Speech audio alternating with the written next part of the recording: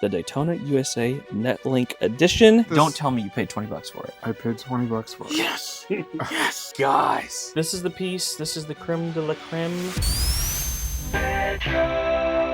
We're with Kalen in an insane game room, my friend. What in the world, bro? How many games do you have? Do you even know? Is that even like a thing that you know? I don't even know, but I mean, it's certainly more than 10,000. Over 10,000 games and some really, really great stuff. So we're just gonna kind of poke around and look around your game room, and like right off the gate, right here, Nintendo headquarters. Where did this come from? Where did you get this? A friend of mine, and he was going for the NES set, and he had this, and eventually Dang, that's so he sick. got into other hobbies, so he sold all his stuff, and I grabbed this cabinet along with a few other things. Yeah. And what's oh yeah, we have a game together here. Steve just hanging out. Here, yes. He's hanging out. Remind me if I don't know if I'm wrong or not. I don't really see. I feel like I've seen the headquarters ones. I usually just see the Nintendo ones. Is that different? World of Nintendo. World of Yeah. Nintendo. And then in here, are you going? Is this complete Game Boy, or are you just? This is just a lot of the CIB stuff. That's a lot of the CIB stuff, and then there's some overflow on the other side here. Okay. Is this one of you have? He has like a dozen complete sets. Is this one of your complete sets? It's Game Boy. not, no. Okay. It's not one of his complete sets, but just literally boxes everywhere. I want to jump into some of these too. I asked, hey, what's one of the better games? I didn't even know this one. So Kid Dracula, do you have any idea why this one's so rare? I don't really know why it's so rare, but you knew it was rare. yeah. And the cool thing about Community is this guy got this into your store and you're like, Yeah. I know the buyer for this. I do. That was cool. So you just called him up? And he said yes. Okay. And now it's in his collection. I had no idea that it was worth that much. Is this like a spin-off of something? It's like Castlevania in that family. right? It's in the Castlevania. Okay. Well, okay. That's just one section of this game room. Let's move on. We're gonna move on. I'm gonna gently put this away so I don't hurt anything. Averon has done it, guys. They have combined gaming and working out together, which is a good thing for me because I don't like working out, but I do now. This thing turns your workout into a literal game. You're rowing through epic worlds, racing friends, unlocking achievements. It's literally fitness meets gaming. Backed by real science, you're over twice as likely to stick with it compared to a traditional workout. It's not just classes, it's not just games. You can stream Netflix, join a coach class, or challenge your friends on the leaderboard. Averon makes every session different, and that's what keeps you coming back. And honestly, it's the most comfortable rower that I've ever used. From the wide cloud seat to the low frame that makes getting on and off super easy, everyone in the store can adjust it to fit them perfectly. So my favorite game on the Averon rower is No Tomorrow. We are blasting enemies, destroying them, and burning calories at the same time. So you're getting a full body workout playing this game, and you are activating 86% of your muscles. Also up to 100 pounds of resistance, so you're getting cardio and strength in one. And if you're more into running or cycling, Averon's got a gamified treadmill and bike too. It's fitness reimagined because when working out feels like play, you actually want to do it. So Averon is actually running a deal right now. You can get $50 off if you use code RetroRick on their website, link down below. Thank you again to Averon for sponsoring today's video. I'm gonna get back to gaming.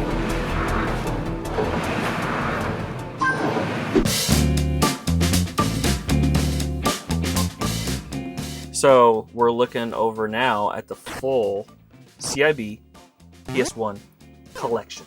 How long did this take you to collect? Like, when did you complete it, I guess? It's been a few years now since I completed it. I don't remember exactly when. But, I mean, so you, and remind me too, collecting for how many years? Roughly 30. Roughly 30, which means he got in when it was cheaper. Because you don't have a collection like this unless you got in when it was cheaper, because you've got a lot of crazy stuff in here. Are you a big PS1 guy, like a PlayStation guy? I'm a Nintendo guy, so I've never really been the biggest PlayStation guy. When the system first came out, I was more of an N64 guy, which Okay. Nobody says that, but I mean, I do love I PlayStation. kind of agree. Any particular like PS1 titles that are like your favorite, go-to, always go back to playing? I do like the light gun shooters, like Vampire, Yeah. Savior, or whatever it's called, and Okay. Point Blank. I like that. I the love light those. gun I games. love those games. That's cool. Obviously Castlevania Symphony of the Night. It's Yeah. a classic. It's a great one. That's awesome, man. And then you said, Steve, you've had this before? Yeah, I had it in the store once. The Jungle Book PS1. I guess it's a PS1 console and a game.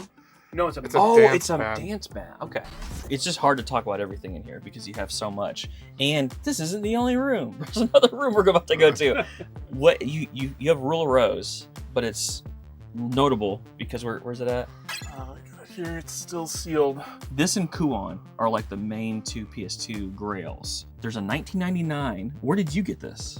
So I got this. Don't tell me you paid $20 for it. I paid $20 for it. Yes. Yes. I love stories like that. Where? I got this from, there was a chain of stores, I don't know if they're everywhere, called Game Crazy. Yeah, we don't have Game those. Crazy. It was kind of linked to like Hollywood Video or whatever. Okay. And when they went out of business, Picked it up. $20. $20. And I never got around to playing it, so it's still sealed. Don't open it. Leave it like that. That's incredible.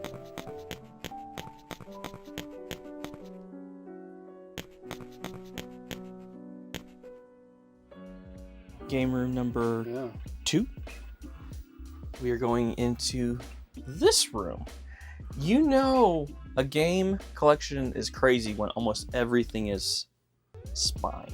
I will say this, I've been very speechless so far being in Wisconsin. Everywhere we went, there's so much in terms of games. Hey, let's start with 64, since you said you're a 64 guy. What do you think? Give me a 64 game, in your opinion, that isn't necessarily a hidden gem, but one that people don't talk about that much that you love. Snowboard Kids? Snowboard Kids? Nice. 1 or 2 or both? Both. You like both? I say it every time. It's this one. Mischief Makers. Mischief Makers I didn't play a lot of that one, but is such a great game. Love that one. I love Chameleon Twist 1 and 2. Those were great ones. That, again, they're not like the Mario games.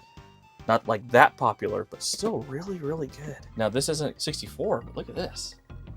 Dang, dog, this is an expensive one, bro. 3 Ninjas Kick Back. Rocky loves Emily. Rocky loves Emily. I'll ride with you. Fine, but don't be late. Rocky loves Emily. Holy cannoli.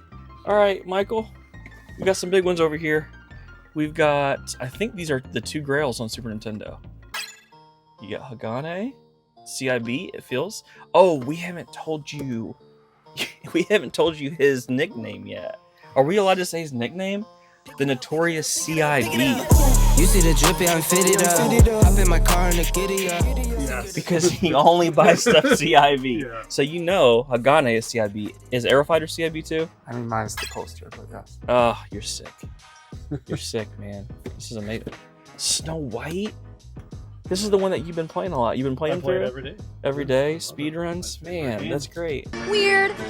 You talked about it. You have roughly 10 to 12 full sets. Yes. You think? What's some of the full sets in here?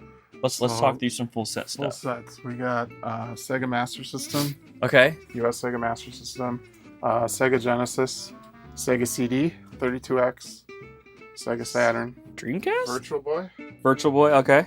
Atari 7800, PlayStation, which we already talked about, N64, NES, licensed minus stadium events, That one doesn't but count. it's not CIB completely yet.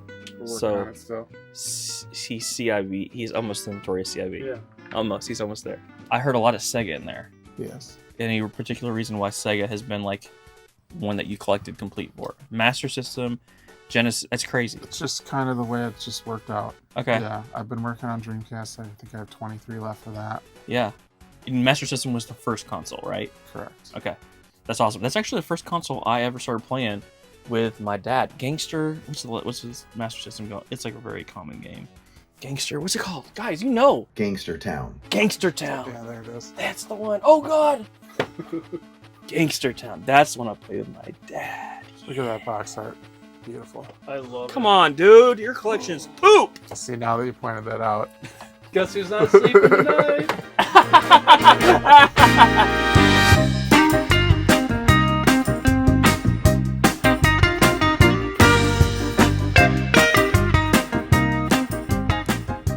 So now we are over. This is mostly unlicensed. Wait, no.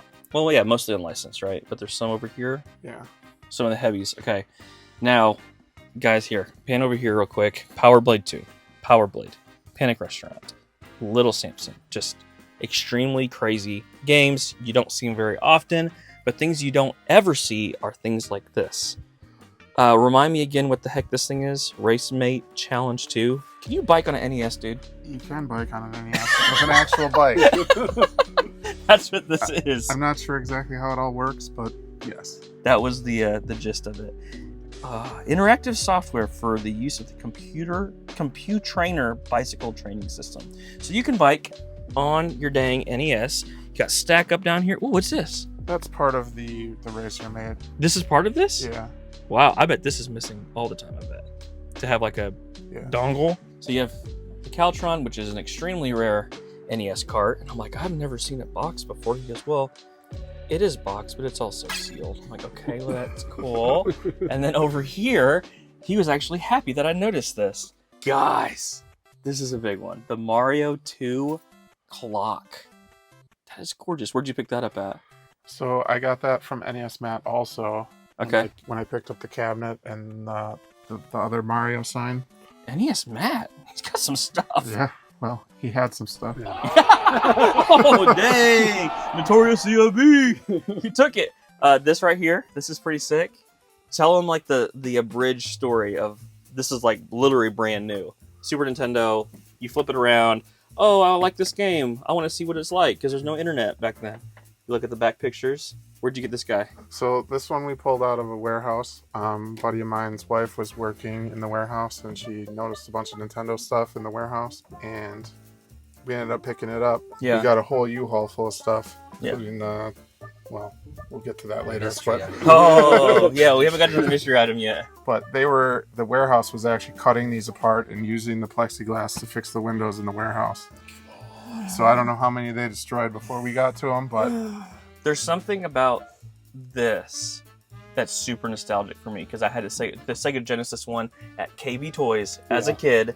I would go and I would see Bubsy. I would see whatever, and I would gather all my allowance from the summer to buy the game based off of these 4 pictures. To get Bubsy. It'd be very sad when I got home. All right, we're talking about how the older generation of gaming doesn't get not enough love. All right. We're looking at Atari, what all? Atari 2600, Okay. Atari 5200, and ColecoVision. Atari 2600 was the first system I ever owned, so... Wow. I don't know if I realized that there was a Double Dragon on 2600. Wasn't there a Masters of the Universe game? Had to have been terrible, right? Yes. I don't have it boxed. Yes. I don't have it boxed. Oh, okay. Okay, so Atari. Yeah, you don't see a lot of this stuff. Dang. And it's just all... like, where do you find stuff like this? I never see this kind of stuff. At least in decent condition, because all of this is in really, really great shape. So actually, before this, I didn't collect CIB Atari stuff because it was just a pain in the butt to get old boxes like that. But I found almost this entire thing in one collection at a flea market. That'll and help. Just bought it all at once. Yeah, that's the way to and do it. instantly went from loose carts to CIB. Yeah, you guys care if we just stay in today and play Dolphin all night long? Steve's like, yeah. All right, that's awesome.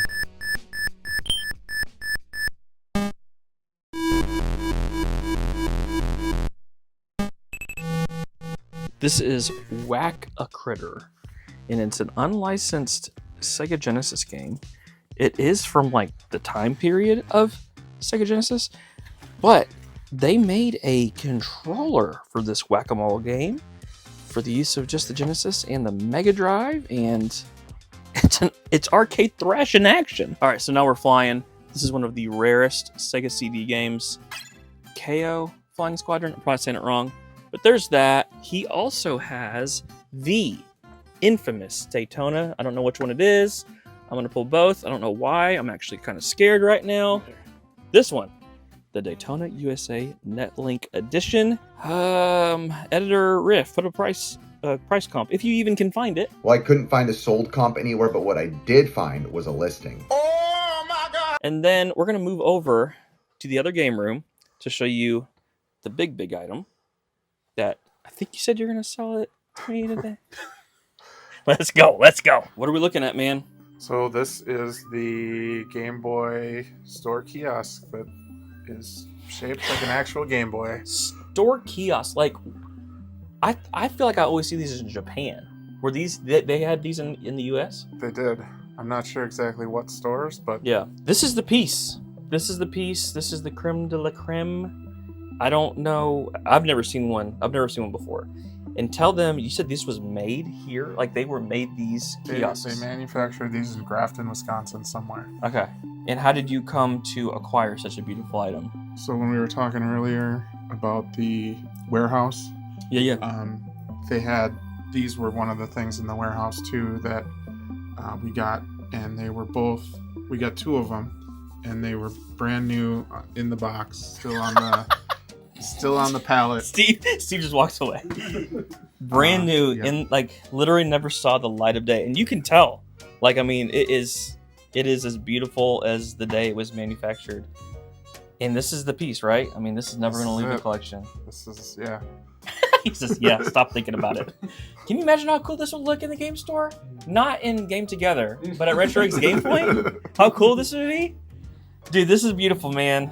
I mean, we didn't even scratch the surface of this game collection, of this game rooms. But dude, thank you so much for letting us hang out and just sharing a little bit of your passions with people and with us for other people to enjoy. That's what I love about game room tours, is like people get to now enjoy this and see collections that most people will never witness ever in person. So dude, thank you so much. I appreciate it, man. You see the drippy, I'm fitted up. Hop in my car and the giddy up. Secure the bag, yeah, I get the bus. Pick it up, pick it up, pick it up.